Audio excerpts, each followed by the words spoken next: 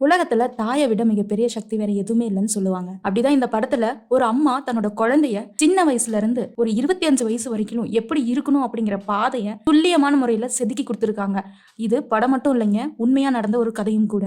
உங்கள எத்தனை பேருக்கு உங்க அம்மாவை பிடிக்கும் அப்படிங்கிறத கீழே லைக் பண்ணுங்க, அதுல நான் தெரிஞ்சுக்கிறேன். அதே மாதிரி உங்களுடைய வாழ்க்கையில நடந்த உங்க அம்மா இந்த பாயிண்ட்ல என்னை இப்படி டர்ன் பண்ணி விட்டாங்க, இதனால எனக்கு லைஃப் நல்லா இருக்கு அப்படின்னு ஏதாவது ஒரு இன்சிடென்ட் இருக்கும்ல, அது என்ன இன்சிடென்ட் அப்படிங்கறத கீழே கமெண்ட்ல சொல்லுங்க.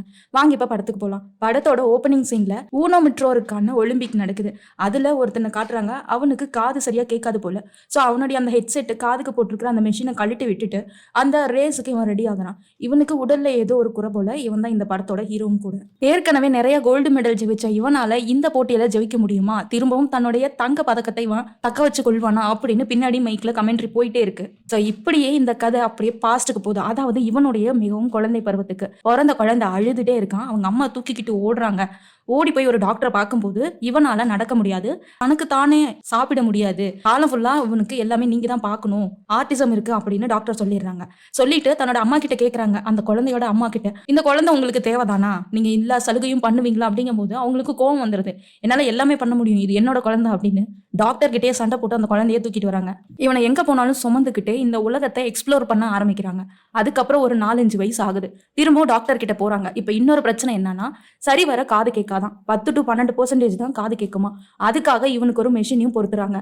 அப்படியே ஹாஸ்பிட்டல் போயிட்டு இவங்க ஒரு அபார்ட்மெண்ட் மாதிரி இருக்காங்க, அங்க ஒரு கடையும் இருக்கு. அங்க இந்த குழந்தைக்கு கோக் வாங்கி தராங்க.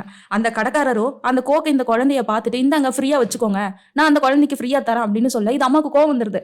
அங்க 4 குழந்தைங்க இருக்காங்க, அந்த குழந்தைங்க கிட்ட நீங்க காசு வாங்கிட்டு தானே கொடுக்குறீங்க, என் குழந்தையும் மட்டும் எதுக்கு டிஃப்ரெண்டா பாக்குறீங்க, எல்லா குழந்தைங்க மாரியும் என்னோட குழந்தையும் பாரு, பாவம் பார்க்காத அப்படின்னு தன்னோட குழந்தைய மத்த குழந்தைங்க கிட்ட இருந்து வேறுபடுத்தி பார்க்க கூடாது அப்படிங்கிறது இவங்களுடைய மனசுல ஆழமா பதிஞ்சிருக்கு. இப்ப அம்மா அங்க துணிக்காய போட்டுட்டு இருக்காங்க. இந்த குழந்தை அப்படியே ஏக்கத்தோட பாக்குது. கீழே நிறைய குழந்தைங்க விளையாண்டுட்டு இருக்காங்க. தன்னால எந்திரிச்சு நடக்க முடியலையே அப்படின்ற ஏக்கத்துல பாத்துட்டே இருக்கு. அதுக்கப்புறம் அம்மா துணிக்கு சாயம் போடுற ஒரு ஃபேக்டரியில தான் வேலை செஞ்சுட்டு இருக்காங்க. அங்க இந்த பையனை கூட்டிட்டு வந்திருக்காங்க. பாத்துக்கிறதுக்கு ஆள் இல்ல, ஹஸ்பண்டும் வேலைக்கு போறாரு. சரின்னு ஒரு ட்ரே மாதிரி இருக்கு, அந்த ட்ரேல போட்டுக்கிட்டு இவங்க பாட்டுக்கு வேலை செஞ்சுட்டு இருக்காங்க. அங்க இருக்கிற மத்த லேடிஸ் எல்லாருமே இந்த குழந்தை எதுக்கு இவங்க கூட்டிட்டு வந்தா அப்படின்னு ஓனர் கிட்ட சண்டை போடுறாங்க. அது மட்டும் இல்லாம இவ பாதி நேரம் இந்த பையனுக்கு தொண்டு வேலை தான் செஞ்சுட்டு இருக்கா. எங்களுக்கும் அதே சம்பளம், அவளுக்கும் அதே சம்பளம், நாங்க மட்டும் 10 மணி நேரம் நின்னுக்கிட்டு வேலை செய்யணும், இவன் நடுவுல போய் பையனுக்கு தொண்டு வேலை பண்ணிட்டு இருப்பாளான்னு ஓனர் கிட்ட திட்டுறாங்க. ஆனா ஓனர் என்ன சொல்றாங்கன்னா, நான் எத்தனையோ டைம் அந்த அம்மா கிட்ட சொல்லிட்டேன், எனக்கு இப்ப வேலைக்கு ஆள் இல்ல, அது இல்லாம நீங்களும் பொண்ணுங்க தானே, அந்த அம்மாவுடைய சூழ்நிலையை நீங்களும் புரிஞ்சுக்கலாம்ல அப்படின்னு திட்டிட்டு அங்க இருந்து போயிடுறாரு. இந்த பொம்பளைங்களை நாங்க எல்லாருமே இன்னைக்கு லீவுன்னு சொல்லி இவங்களும் போயிடுறாங்க. அதுக்கப்புறம் இப்ப அம்மாவுக்கு கோவம் வந்துருச்சு. அந்த துணிகள் எல்லாத்தையுமே கொண்டுட்டு போய் சாயத்துல இறக்கிறதுக்கு ஒரு எஸ்கலேட்டர் மாதிரி ஒண்ணு இருக்கு. சோ அது மேல தன்னோட பையனை தூக்கி உட்கார வச்சுட்டாங்க. அது மெதுவா மூவ் ஆகுது. ஒண்ணு செத்தா 2 பேரும் இங்கேயே சாவலாம், இல்லையா 2 பேரும் பொழைச்சு இங்க இருந்து போலாம், நீ இப்பயே நடக்கணும், இப்பயே எந்திரிச்சு நிக்கணும், இப்பயே எந்திரிச்சு ஓடணும்னு சொல்லிட்டு அந்த பையன்கிட்ட பேசிட்டே இருக்காங்க. அது கொஞ்சம் கொஞ்சமா மூவ் ஆயிட்டு போயிட்டே இருக்கு. அந்த 100 டிகிரிக்கு மேல கொதிக்கிற தண்ணி, அதுல இந்த துணியை போட்டு சாயம் கலப்பாங்க. அதை நோக்கி இப்ப இந்த குழந்தை போயிட்டு இருக்கு. அம்மா கத்திட்டே இருந்தாலும் ஒரு பக்கம் அடிச்சிட்டு இருக்கு. நம்ம பையன் பயத்திலேயாவது எந்திரிச்சு நிக்க மாட்டானு சொல்லிட்டு ஒரு கட்டத்துல அம்மாவே அந்த எக்ஸ்கலேட்டரை நிறுத்திட்டாங்க. ஏன் இப்படி படுத்துற, என்ன உன்னை எல்லாரும் வேறுபடுத்தி பாக்குறதே என்னால தாங்க முடியல, என்னோட பையனை எல்லாரும் ஒன்று போல பாக்கணும்னு எனக்கும் ஆசையா இருக்குன்னு அழுதுட்டே இருந்தாலும் திரும்பிக்கிறாங்க. பார்த்தா பையன் அப்படியே அந்த எக்ஸ்கலேட்டர் பக்கத்துல ஒரு கம்பி மாதிரி இருக்கு, அதை பிடிச்சி எந்திரிச்சு நிக்கிறான். இதை பார்த்ததும் அம்மாவுக்கு அளவில்லா சந்தோஷம். அப்படியே கட்டி பிடிச்சு கொஞ்சிறாங்க. அதுக்கப்புறம் போய் டாக்டர் கிட்ட காட்டும்போது, இனிமே கொஞ்சமா நீங்க பிராக்டிஸ் கொடுங்க, இவனால ஓரளவுக்கு நடக்க முடியும் அப்படின்னு சொல்ல அவங்க வீட்டு பக்கத்துல இருக்கிற படிக்கட்டுல எல்லாத்துலயுமே இந்த பையனை மேல ஏற வச்சு பிராக்டிஸ் கொடுக்குறாங்க. அப்பதான் டாக்டர்ஸ் என்ன சொன்னாங்கன்னா, ஒரு குழந்தை இருக்கிறனால இவனால விளையாட முடியல, இவனுடைய இம்ப்ரூவ்மெண்ட்ஸ் எதுவும் பார்க்க முடியல, நீங்க இன்னொரு குழந்தை பெத்துக்கோங்க அப்படின்னு சொல்ல இப்ப அப்பா என்ன சொல்றாருன்னா, இவனுக்கே நிறைய செலவாகுது, இன்னொரு குழந்தை அப்படிங்கும்போது அந்த குழந்தைக்கு எக்ஸ்ட்ரா செலவாகும், நம்மளால இப்ப இருக்கிற சூழ்நிலையில 2 செலவையும் ஏத்துக்க முடியாது அப்படின்னு சொல்றாங்க. ஆனா அம்மாவோ இந்த பையனை நான் கரை ஏத்தி ஆகணும் அப்படின்னு சொல்லிட்டு இன்னொரு குழந்தைய பெத்துக்கணும் அப்படின்னு அடம் பிடிக்கிறாங்க. சொன்ன மாதிரியே இன்னொரு குழந்தையும் பிறந்துருச்சு. அந்த குழந்தைக்கு இப்போ ஒரு 5 வயசு இருக்கும், நம்ம ஹீரோக்கு ஒரு 11 வயசு இருக்கும். இவன் போஸ்ட் ஆஃபீஸ்ல அந்த போஸ்ட் டெலிவரி பண்ற வேலையை செஞ்சுட்டு இருக்கான். யாரு, நம்ம ஹீரோ. ஆர்டிசம் இருக்கு, அவனால சொந்தமா சாப்பிட முடியாது, நடக்க முடியாது சொன்னாங்க. ஆனா இவன் இப்போ கொரியர்ல வேலை செஞ்சுட்டு இருக்கான். ஸ்டில் அவனுக்கு கொஞ்சம் ஆர்டிசம் இருக்கு, பேசுறது மத்தவங்களுக்கு புரியாது, ஆனா இவனுக்கு எல்லாமே தெரிய ஆரம்பிச்சிருச்சு. இப்போ நம்ம ஹீரோ போஸ்ட் கொடுக்கறதுக்காக அவங்க அபார்ட்மெண்ட்ஸ்ல இருக்கிற ஒரு வீட்டுக்கு போறாங்க. அங்க போஸ்ட் கொடுத்த உடனே அந்த ஆண்டி கொஞ்சம் பணத்தை இவனுக்கு கொடுக்குறாங்க. இவன் 2வது ஃப்ளோர்ல இருக்கான், மேல அவனோட தம்பி 4வது ஃப்ளோர்ல இருக்கான். ஸோ அவங்கிட்ட கூப்பிட்டு, இன்னைக்கு நம்ம 2 பேரும் நல்லா சாப்பிட போறோம்னு சொல்லிட்டு இருக்கேன். அந்த கடைக்கு முன்னாடி இன்னும் சில பசங்க இருக்காங்க. அந்த பசங்க இவனோட காசை பிடுங்கிக்கிட்டு இவனை கலாய்ச்சிட்டு இருக்காங்க, அசிங்கப்படுத்திட்டு இருக்காங்க. ஸோ இப்போ அந்த காசை அந்த தம்பி கிட்ட சொல்லிட்டான்ல, தம்பிக்கு நம்ம வாங்கி கொடுக்கணும் அப்படின்ற லட்சியத்தினால அந்த பணத்தை பிடுங்கிக்கிட்டு ஓட ஆரம்பிக்கிறான். இந்த சின்ன பையன் இது எல்லாத்தையுமே பார்த்துட்டு, அம்மா அண்ணனை எல்லாரும் துரத்திட்டு இருக்காங்க அப்படின்னு அம்மா கிட்ட சொன்ன உடனே பண்றேன்னு அம்மா வந்து எட்டி பாக்குறாங்க. பார்த்தா நடக்கவே முடியாது அப்படின்னு சொன்ன பையன் இப்போ ஓடுறத பார்த்து அம்மா ரொம்ப சந்தோஷப்பட்டுக்கிறாங்க, பெருமைப்பட்டுக்கிறாங்க. இந்த பசங்க துரத்த இவன் மாடி மேல எல்லாம் ஏறி ஓட ஆரம்பிக்கிறான். அம்மா ஓடு ஓடு உன்னால முடியும் ஓடு ஓடுன்னு அப்ரிஷியேட் பண்றாங்க, என்கரேஜ் பண்ணிட்டு இருக்காங்க. சரி இப்ப பையன் நல்லா ஓடுறான்ல, இவனுடைய இந்த திறமையவே நம்ம முன்னேற்றலாம் அப்படின்னு சொல்லிட்டு உடல் உறுப்புகள் ஊனமுற்றவங்க அவங்களுக்குன்னு ஒரு ஒலிம்பிக் நடக்கும்ல, சோ அதுல இவனை பார்ட்டிசிபேட் பண்ணணும் அப்படின்னு சொல்லிட்டு அங்க ஒரு கோச் இருக்காரு. சோ அந்த கோச் கிட்ட சொல்லும்போது இவனுக்கு வயசு கம்மியா 12 13 தான் இருக்குமா. அதனால இவன் சீனியர் லெவல்ல எப்படி கலந்துப்பான், சீனியர் கூட எப்படி ஓடுவான், அதெல்லாம் இவனால முடியாதுன்னு முன்னாடி ரிசப்ஷனிஸ்ட் சொல்லிடுறாங்க. நீங்க என்ன 2 வருஷம் கழிச்சு வாங்கன்னு அம்மா கிட்ட சொல்லிடுறாங்க. அம்மா அப்படியே வருத்தத்தோட போறாங்க. அங்க கிரவுண்ட்ல எல்லாரும் பிராக்டிஸ் பண்ணிட்டு இருக்காங்க. அதுக்குள்ள நம்ம ஹீரோ போறோம். அவங்க எல்லாமே இப்ப ஓடுறதுக்கு ரெடியா இருக்காங்க, ரன்னிங் பிராக்டிஸ் தான் எடுத்துட்டு இருக்காங்க. சோ இந்த பையன் அப்படியே உள்ள போயிடுறான். அங்க ஸ்டார்ட்னு சொன்ன உடனே எல்லாரும் ஓட ஆரம்பிச்ச உடனே இவனும் ஓட ஆரம்பிக்கிறான். எல்லாத்தையும் மீறி ஃபர்ஸ்ட் பிளேஸ்ல போயிடுறான். இதை பார்த்து அம்மாவுக்கு ரொம்ப சந்தோஷமா இருக்கு. இத அந்த கோச் பண்ணுவார்ல, அவரும் ஒரு ஹேண்டிகேப் தான். சோ அவரு இவனுடைய இந்த திறமையை பார்த்துட்டு திங்கக்கிழமையில இருந்து பிராக்டிஸ்க்கு வந்துருங்க அப்படின்னு சொன்ன. இப்ப அம்மாவுக்கு அவ்வளவு சந்தோஷம். இப்ப அம்மா அவனுக்கு நகம் வெட்டி விட்டுட்டு இருக்காங்க. அவனால குனிஞ்சு நகம் கூட வெட்ட முடியாது. அப்போ உனக்கு எவ்வளவு டவுட் இருந்தாலும் நீ கேளு, உன்னால முடியும், நீ அப்பெல்லாம் ஓடுறியோ அப்ப அம்மா உன்னைய பாத்துக்கிட்டே இருப்பேன் அப்படின்னு சொல்லி அப்ரிஷியேட் பண்றாங்க. அடுத்த நாள் நைட்டு இவன் பிராக்டிஸ்க்கும் போறான். சோ இனிஷியலா கோச் ஒரு அந்த கிரவுண்டை சுத்தி 10 ரவுண்டு ஓடணும் அப்படின்னு சொல்லிட்டாங்க. இவனை ஃபர்ஸ்ட் டைம் அவ்வளவு 10 ரவுண்டு ஓடுறான்ல, அவனுக்கு மூச்சு அரைக்குது. உடனே அம்மா உள்ள ஓடி போறாங்க, தண்ணியை கொடுக்குறாங்க. அப்பதான் கோச் திட்டுறாரு, இது உங்க வீடு இல்ல, ரன்னிங் ட்ராக்கு, இங்க என்ன பண்ணணும் அப்படிங்கறத நான் தான் டிசைட் பண்ணணும், நீங்க எப்பயுமே இந்த டேக் விட்டு வெளியில இருங்க, இப்பயே அங்க இருந்து வெளியில போங்கன்னு சொல்ல அம்மா அங்க இருந்து வெளியில போயிடுறாங்க. இவனுக்கு மூச்சு இறைச்சிட்டு இருக்கல, அப்ப அங்க ஒரு பொண்ணு வரா. அந்த ஆள் அப்படிதான் சொல்லுவான், 10 ரவுண்டு ஓட சொன்னா 2 ரவுண்டு ஓடு, மீதி ரவுண்டு எல்லாமே நடந்து போ, மீறி கேட்டான்னு வச்சுக்கோவா என்னால பண்ண முடியாதுன்னு சொல்லிரு, இப்படியே பண்ணிட்டு இருந்தீங்கன்னா டைம் முடிச்சு போயிரு, அப்புறம் வீட்டுக்கும் அனுப்பிச்சு விட்டுருவான் அப்படின்னு சொல்றாங்க. சரி இதெல்லாம் சொல்றதுல நீ யாரு அப்படிங்கும் போது அந்த கோச் இருக்கான்ல, அவன் தான் எங்க அண்ணன் அப்படின்னு இந்த பொண்ணு இவளோட வெஞ்சன்ஸை இப்படி தீத்துக்கிறா. அப்பதான் அங்க இன்னொருத்தர் ஓட்டப்பந்தய வீரர் முகத்துல கவரை போட்டுட்டு பிராக்டிஸ் பண்றாரு. ஏன் இவர் அப்படி பிராக்டிஸ் பண்றாரு அப்படின்னு கேட்க, ஓடும்போது மூச்சு பயிற்சி வேணும்ல, அதனாலதான் அப்படி கவரை மூஞ்சிக்கு போட்டுட்டு பிராக்டிஸ் பண்ணிட்டு இருக்காருன்னு இந்த பொண்ணு சொல்லுது. இப்போ நம்ம ஹீரோவும் அந்த பொண்ணு உட்காந்து பேசிட்டு இருக்காங்க. அப்போ அங்க ஏற்கனவே 4 பேர் ரிலேக்காக பிராக்டிஸ் பண்ணிட்டு இருக்காங்க. இவங்க ஒலிம்பிக் லெவல்ல போயிட்டு தோத்துட்டு வந்திருக்காங்க. எதனாலன்னு பார்த்தா ஃபர்ஸ்ட் ரவுண்ட்ல ஒருத்தர் வருவார், இவர் பேர் வால். ஸோ வால் வந்து அந்த பைப்பை கொடுக்குறப்போ அவரால் நார்மலா நடந்து வந்து ஓடி வந்து கொடுக்க முடியல, ஓரளவுக்கு ஓடி வராரு. கடைசியா நியர்பைல வரும்போது அவர் எகிரி குதிக்கிறாரு. இதனாலதான் லாஸ்ட் டைம் தோத்துட்டாங்க. இந்த டைம் இப்படி நடக்கக்கூடாதுன்னு அவங்க பேசிட்டு இருக்காங்க. இந்த ரிலேல வால் இருக்காரு, அதுக்கப்புறம் ஸ்பெக்ஸ் போட்டிருப்பாரு ஒருத்தர், அவர் பேரு ராம், ஜான் அப்படின்னு சொல்லிட்டு 4 பேர் இருக்காங்க. இந்த ஜானால சரியா நடக்க முடியாது, தாங்கி தாங்கி நடக்கிறாரு. லாஸ்ட் டைமும் சரியா பெர்ஃபார்ம் பண்ண முடியல. 4 பேத்துல ஒருத்தர் இப்போ இனிமே உங்க டீம் நம்பி என்னால இங்க இருக்க முடியாதுன்னு சொல்லிட்டு போயிட்டாரு. இப்போ ரிலேல பார்ட்டிசிபேட் பண்ண 3 பேர் தான் இருக்காங்க. இந்த பையனை வச்சு இதுல பார்ட்டிசிபேட் பண்ண முடியுமா, நம்மளால ஜெயிக்க முடியுமான்னு கோச் யோசிச்சுட்டு இருக்காரு. இந்த பையனை திரும்பி 10 ரவுண்டு ஓட சொல்றாங்க. இவன் அந்த பொண்ணு சொன்னாப்லயே ஃபர்ஸ்ட் 2 ரவுண்டு ஓடுறான், அப்புறம் நடந்து வரான். இதை வந்து கோச் பாக்குறாரு. பார்த்துட்டு என்னடா பண்ற அப்படின்னு திட்டுறாரு. இவன் அந்த பொண்ணு பார்த்த உடனே சோ இதெல்லாமே இவளோட வேலை தானே அப்படின்னுட்டு டைமை பாக்குது. டைமை பான உடனே நான் வீட்டுக்கு போயிட்டு வரேன் பாயின்னு சொல்லிட்டு இவனும் வந்து பேக் எடுக்கிறான். எல்லாரும் வீட்டுக்கு போங்க, நான் இங்கே இருக்கேன், நீ போ, நீ அந்த 10 ரவுண்டு ஓடி முடிச்சுனா தான் உனக்கு வீட்டுக்கு போறதுக்கு அனுமதி அப்படின்னு சொல்லிடுறாரு. இவனும் ராத்திரி அந்த தலையில கட்டிட்டு இருக்கிற லைட்டை வச்சுட்டு இவனும் பிராக்டிஸ் பண்ணிட்டு இருக்கான். அப்பதான் ராம் சொல்லிட்டு இருக்காரு, லாஸ்ட் டைம் இப்படிதான் நாங்க ஒலிம்பிக்கு போனோம், இவன் ஜம்ப் பண்ணி அதுக்கு எடுத்து விட்டுட்டான், நீயும் இந்த மாதிரி ஓடி வின் பண்ண முடியுமா அப்படின்னு ராம் கேட்டுட்டு இருக்க. என்ன நீங்க கடைசி டைம் வாங்குனீங்க மெடல் அப்படின்னு ஹீரோ கேட்கிறான். சில்வர் வாங்கணும் அப்படின்னு சொல்றாரு. அதுக்கோ இந்த டைம் நான் கோல்டு மெடல் தான் வாங்குவேன், ஃபர்ஸ்ட் பிளேஸ் தான் பிடிப்பேன் அப்படின்னு சொல்ல இவருக்கும் சிரிப்பு வந்துருச்சு. நாங்க இத்தனை வருஷமா பிராக்டிஸ் பண்ணிட்டு இருக்கோம், எங்களாலேயே ஒன்றும் பண்ண முடியல, நீ இப்ப வந்து அதுவும் 10 ரவுண்டு ஓடுறதுக்கே உனக்கு நாக்கு தள்ளுது, உன்னால வாங்க முடியுமோ அப்படின்னு கலாய்ச்சிட்டு இருக்காரு. அடுத்த நாள் கோச் வந்து ராம் கிட்ட இந்த பையனை கடைசியா செலக்ட் பண்ணிக்கலாம், 4th லேப் ஓடுறதுக்கு இவனை செலக்ட் பண்ணிக்கலாம்னு சொல்றாரு. அப்போ இந்த பையன் தானே படிக்கட்டு ஏறிட்டு இருக்கான், அவனால பேலன்ஸ் பண்ணவே முடியல, கீழே விழுந்துட்டே இருக்கான். இவனை நம்பி நீ 4வது பிளேஸ்ல போடுறியே, உனக்கு கொஞ்சமாவது அறிவு இருக்கான்னு ராம் கோச்சை திட்டுறான். டே அவன் ஸ்டார்டிங் ஸ்டேஜ்ல இருக்கான், அவனுக்கு பிராக்டிஸ் கொடுத்தோம்னா கண்டிப்பா அவனால நல்லா பெர்ஃபார்ம் பண்ண முடியும் அப்படின்னு சொல்ல, இந்த கால் பேலன்ஸ் பண்ண முடியாம ஒருத்தர் இருப்பார்ல ஜானுக்கு சரியான கோவம் வந்துருது.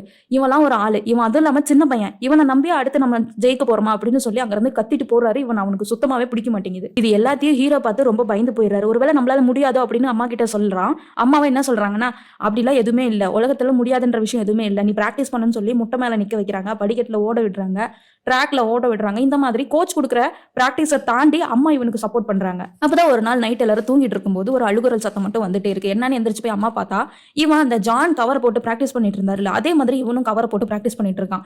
என்ன பண்ணிட்டு இருக்கேன் அப்படின்னு சொல்ல இவன் அழுகுறான். என்னால ஓட முடியல, நான் கண்டிப்பா ஓடணும்னு ஆசைப்படுறேன், ஆனா என்னால முடியல, கால் வரல அப்படின்னு சொல்ல இப்ப அம்மாவுக்கு ரொம்ப கஷ்டமாயிருது. அடுத்த நாள் உன்னால ஓட முடியும்னு சொல்லிட்டு பையனை கூட்டிக்கிட்டு அம்மாவும் சேர்ந்து ஓட ஆரம்பிக்கிறாங்க. பர்கர் வாங்கினா அதுல பீஃப் இருக்கிறது எல்லாத்தையுமே தூக்கி பெரிய பையனுக்கு கொடுக்க இது சின்ன பையனுக்கு ஏமாற்றமா இருக்கு. என்னதான் அண்ணா ஹேண்டிகேப்பா இருந்தாலுமே அவனோட சைடு தான் எல்லா கான்சென்ட்ரேஷனுமே போகுது. அம்மா தன்னை கண்டுக்க மாட்டேங்கிறாங்க அப்படின்ற ஏக்கம் சின்ன பையனுக்கு இருக்கு. வீட்டுல எது சமைச்சாலுமே பெரிய பையனுக்கு எது பிடிக்குமோ அதை தான் அம்மா சமைச்சு போடுறாங்க. சின்ன பையனை கண்டுக்க மாட்டேங்கிறாங்க. அடுத்த நாள் அம்மா பையன் பிராக்டிஸ் பண்றதை பார்க்கணும்னு சொல்லிட்டு அந்த கிரவுண்டுக்கு வெளியில முள்ளு வேலி மாதிரி இருக்கு, அந்த முள்ளு வேலி கிட்ட வந்து நின்றுட்டு இருக்காங்க. ஆல்ரெடி அந்த இடத்துல ஜானும் இருக்கிறாரு. ஜான் நம்ம ஹீரோவோட பிராக்டிஸை பார்த்து மிரண்டு போறாரு. ஏன்னா அந்த அளவுக்கு அவன் பெர்ஃபார்ம் பண்ணிட்டு இருக்கான். அப்பதான் அம்மா வருத்தத்தோட சொல்றாங்க, நேற்று ராத்திரி ஃபுல்லா இவன் ஒரே அழுக, கவரை மூஞ்சல போட்டுக்கிட்டு பிராக்டிஸ் பண்றேன்னு அழுதுட்டு இருந்தான். இவனுக்கு சரியான சப்போர்ட் இல்ல, இவனோட டீமை இவனை நம்ப மாட்டேங்கிறாங்க அப்படின்னு சொல்லி வருத்தப்பட்டு இருக்காங்க. இதனால ஹீரோவுக்கு காலு நடுங்க. அங்க மீதம் இருக்கிற வாலும் ராமும் இவனை நிஜமாலுமே நீங்க நம்புறீங்களா கோச், இவனால முடியுமா அப்படின்னு சொல்லி கோச்சை திட்டிட்டு இருக்காங்க. கோச் வந்து அப்படி மிரண்டு போய் நிக்கிறாரு, என்ன பண்றதுனே தெரியல. இப்ப அங்க இருந்து ஜான் வரான். வந்த உடனே அந்த பேகை சொல்லிட்டு எரிஞ்சிட்டு உன்னால முடியும், உன்னால ஓட முடியும்னு சொல்லிட்டு அந்த ரிலே பைப்பை கையில கொடுத்துட்டு ஓடு, என்னோட ஃபாஸ்டா நீ ஓடுன்னு சொல்லிட்டு அவர் ஃபாஸ்டா ஓடுறாரு. இவனும் ஃபாஸ்டா பின்னாடியே போறான். அவரையே ஓவர் கம் பண்ணி வந்துடுறான். ஸோ இது வந்து கோச்சுக்கு வந்து ரொம்ப ஷாக்கிங்கா இருக்கு. இது வரைக்கும் ஜான் மட்டும்தான் அவங்க டீம்லயே ஃபாஸ்டா ஓடுறான். அவனையே மீட் பண்ண ஒருத்தன் வந்திருக்கான் அப்படின்னா கண்டிப்பா இவங்களால ஜெயிக்கிறதுக்கான ஒரு பாசிபிலிட்டி இருக்குன்னு இப்ப இவங்களுக்கு ஒரு நம்பிக்கை வந்திருக்கு. இப்போ ஒலிம்பிக் நடக்க போகுது 1996. ஸோ எல்லாருமே அந்த இடத்துக்கு போறாங்க. அப்போல்லாம் லைவ் ஸ்ட்ரீம் இல்ல போல, அதனால அம்மா வருத்தப்பட்டுக்கிறாங்க.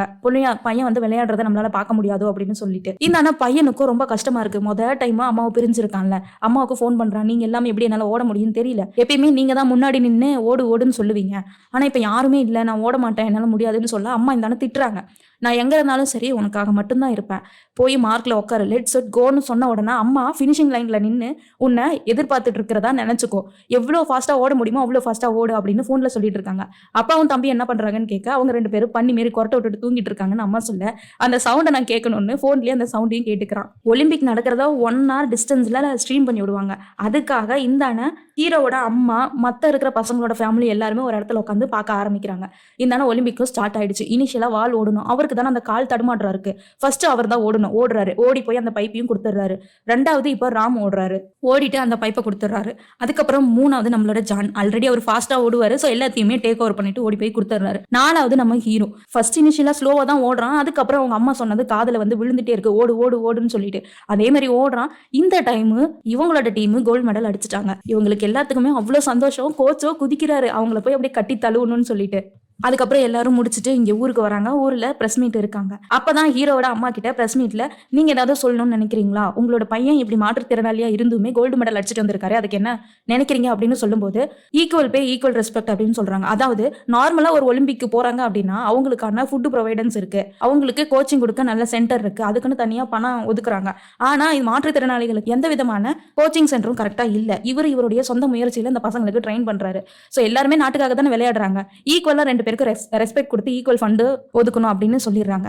அதுக்கப்புறம் திரும்பவும் அந்த பையனுக்கு காலில் நகத்தெல்லாம் அம்மா கட் பண்ணி விட்டுட்டு இருக்காங்க. அப்பதான் அந்த பையன், அம்மா தாத்தா சொல்லியிருக்காரு, அவரு உனக்கு கல்யாணம் பண்ணும்போது கோல்டு எதுவும் போட்டு விடலையாம், நான் உனக்கு நிறைய கோல்டு மெடல் வாங்கிட்டு வந்து உன் கழுத்து நிறைய போட்டு விட போறோமா அப்படின்னு சொல்ல அம்மாவுக்கு இந்த இடத்துல அப்படியே ஆனந்த கண்ணீரா வருது. அதுக்கப்புறம் இவன் ஜெயிக்கிற ஒவ்வொரு இன்சிடென்ட்டுமே பேப்பர்ல வருது. இது எல்லாத்தையுமே அம்மா கட் பண்ணி கலெக்ட் பண்ணி வச்சுக்க ஆரம்பிக்கிறாங்க. இவன் எல்லா இடத்துலயுமே போய் ஃபர்ஸ்ட் பிரைஸ் தான் ஹோல்ட் பண்ணிட்டு வரான்.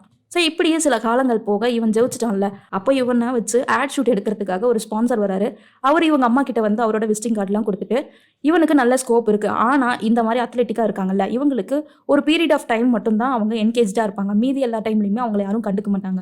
ஸோ இதுதான் ஒரு நல்ல டைம், அவனை வச்சு நீங்கள் கொஞ்சம் சம்பாரிச்சுக்கோங்க அப்படின்னு அந்த ஆட் ப்ரொமோட்டர் வந்து சொல்லிட்டு போக இது அம்மாவுக்கு கொஞ்சம் டிஸ்டர்ப் ஆகுது. ஸோ அது ஒரு ஃபெஸ்டிவல் போல அங்கே இருக்கிற மொத்த குடும்பங்கள் எல்லாருமே ஒரே இடத்துல உட்காந்து சாப்பிட்டுட்டு இருப்பாங்க. அந்த இடத்துக்கு கோச்சும் வராரு. அங்கேயுமே அம்மா பெரிய பையனுக்காக தான் பீஃப் செஞ்சிருக்காங்க. இது இந்த சின்ன பையனுக்கு கஷ்டமா இருக்கு. இப்பதான் கோச்சோட சிஸ்டர் மேல நின்றுட்டு இருக்கா, ஏன் நீங்க தனியா நின்றுட்டு இருக்கேன்னு சொல்லி அவகிட்ட பேசிட்டு இருக்க. இது எல்லாத்தையுமே அம்மா நோட் பண்றாங்க. பையனுக்கு அந்த பொண்ணு மேல ஏதோ ஒரு இன்ட்ரெஸ்ட் இருக்கு அப்படிங்கறத புரிஞ்சுக்கிறாங்க.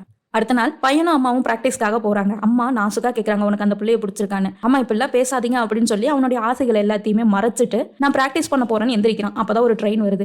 அம்மா என்ன சொல்றாங்கன்னா, ஜானால கூட இந்த ட்ரெயின் வேகத்துக்கு ஓட முடியாது அப்படின்னு தன்னோட பையன் முன்னாடி சொல்ல இவனுக்கு ஈகோ கிளாஷ் ஆயிருது. அது என்ன ஜான் மாதிரின்னு சொல்றீங்க, என்னால ஓட முடியாதா அப்படின்னு சொல்ல இந்த ட்ரெயின் அந்த ஜங்ஷனை நோக்கி வந்துட்டு இருக்க. அந்த ஜங்ஷன்ல இவனு போய் நிக்கிறான். அம்மா ஒரு பிளேஸ்ல நின்றுட்டு இருக்காங்க. ஸோ அந்த இடத்துக்கு ட்ரெயின் ஃபர்ஸ்ட் வருதா இவன் ஃபர்ஸ்ட் வருதா அப்படிங்கிறது தான் போட்டியே. வேகமா ஓடி வரான். ட்ரெயினை விட மீத்திட்டு இவன் முன்னாடி வந்து நிக்கிறான். இதை பார்த்தா அம்மா ஷாக் ஆயிடுறாங்க. ஜான் இல்ல, இனிமே என் பையனால தான் இவ்வளோ ஃபாஸ்டா ஓட முடியும், ட்ரெயினா இவனா வந்தா என் பையன் தான் ஜெயிப்பான் அப்படின்னு இவனுக்கு அப்ரிஷியேட் பண்றாங்க. இப்போ இவங்க அப்பாவுக்கு ஏதோ ஆக்சிடென்ட் ஆயிடுச்சு, காலில் அறுவை சிகிச்சை பண்ணுமா, அவரால் இனிமே சம்பாதிக்க முடியாது, இருந்த 2 சம்பளத்துல ஒரு சம்பளம் போயிடுச்சு. ஸோ ஒன்றை வச்சுட்டு ஒருத்தனை படிக்க வைக்கணும், ஒருத்தனை ஓட்டப்பந்தயத்துக்கு அனுப்பணும், அதுக்கு காசு செலவாகும், அது இல்லாமல் சாப்பாட்டு செலவு, மருத்துவ செலவு அப்படின்னு சொல்லி நிறையா இருக்கு. இது அம்மா புலம்பிட்டு இருக்காங்க என்ன பண்றதுன்னு. அப்பதான் தம்பிக்காரங்கிட்ட கூப்பிட்டு, இனிமே நீ வாலிபால் விளையாட போகாத, நீயும் ஒரு வேலைக்கு போ, பார்ட் டைமா வேலைக்கு போ, கொஞ்ச நாள் அப்பாவுக்கு சரியானதுக்கு அப்புறம் வாலிபால் விளையாட போ அப்படின்னு சொல்லிடுறாங்க.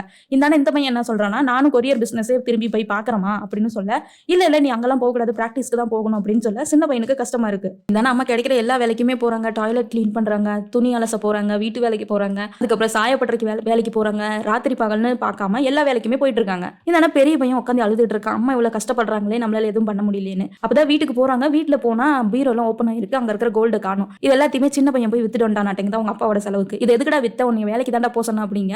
இந்த பையன் டென்ஷன் ஆயிடுறான். சின்ன வயசுல இருந்து நீ உன் பெரிய பையனை மட்டும்தான் பாக்குற, அவனுக்கு மட்டும்தான் அதிகமா அட்டென்ஷன் கொடுக்குற, நான் உனக்கு எதுக்குன்னு கேட்கறான். இது அம்மாவுக்கு ஒரு மாதிரி ஆயிருது. ஏன்டா அப்படி கேட்கிற அப்படின்னு திரும்பி கேட்க, நீ சொன்னல நேற்று வாலிபால்னு, ஆனா நான் விளையாடுற விளையாட்டு ஃபுட்பால், இவ்வளவுதான் நீ என்னை பத்தி தெரிஞ்சு வச்சிருக்க. இத்தனை வருஷத்துல ஒரு அம்மாவோட பாசம் எப்படி இருக்கும் அப்படிங்கிறது நீயும் அண்ணனும் இருக்கிறத பார்த்து தான் நான் தெரிஞ்சுக்கிட்டேன். ஆனா நீ ஒரு நாள் கூட என்கிட்ட அப்படி இருந்ததில்ல அப்படின்னு இவனோட இத்தனை வருஷம் மனசுல வச்சிருந்த அந்த எல்லா கஷ்டத்தையுமே இங்க கொட்டி தீத்துறான். இப்ப அம்மா பெரிய பையனை பாத்துறாங்க. பெரிய பையன் இந்த எல்லாத்தையுமே கேட்டுட்டு இருக்கான். இப்ப அவன் சொல்றது எல்லாமே கரெக்ட் தானம்மா, நான் ஹேண்டிகேப்பா இருக்கிறனால தானே நீங்க என்கிட்ட இவ்வளவு கான்சென்ட்ரேஷனா இருந்தீங்க, அவன் நல்லா இருக்கிறனால அவன் பொழைச்சுப்பான்னு சொல்லிட்டு நீங்க அவன் பின்னாடி போல, எனக்கு எல்லாமே உங்ககிட்ட இருந்து தானே வருது, அதனாலதான் அவனுக்கு அப்படி தோணுதுமா, ஒன்றும் பிரச்சனை இல்லை, நான் திரும்பவும் கொரியர் பிசினஸ்க்கே போறேன், இந்த அத்லெட்டிக்ஸ்லாம் எனக்கு வேணாம், எனக்கு ஓடுறதுக்கு இனிமே ஆசை இல்லை அப்படின்னு சொல்லிட்டு இவனுடைய கனவுகள் எல்லாத்தையுமே புதைச்சி மூட்டை கட்டிட்டு இப்போ கொரியர் வேலைக்கு போறான். அங்க போனா அந்த ஹெட் இவனை திட்டிகிட்டே இருக்காங்க, இவன் ஒழுங்கா நடக்க மாட்டேங்கிறான், வேகமா சப்ளை பண்ண மாட்டேங்கிறான், ஒரு சில விஷயத்த மறந்துடுறான், சொல்றது எதுவுமே புரியல அப்படின்னு சொல்லிட்டு இவனை அசிங்கப்படுத்திட்டே இருக்காங்க.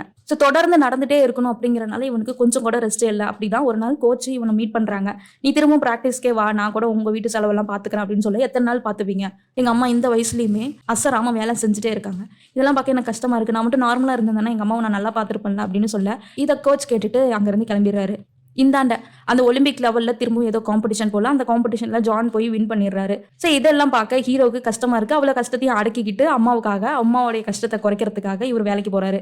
அப்பதான் அம்மாவுக்கு அந்த ஆட் ஷூட் ப்ரொமோட்டர் இருக்கிறாருல, அவருடைய ஞாபகங்கள் வருது.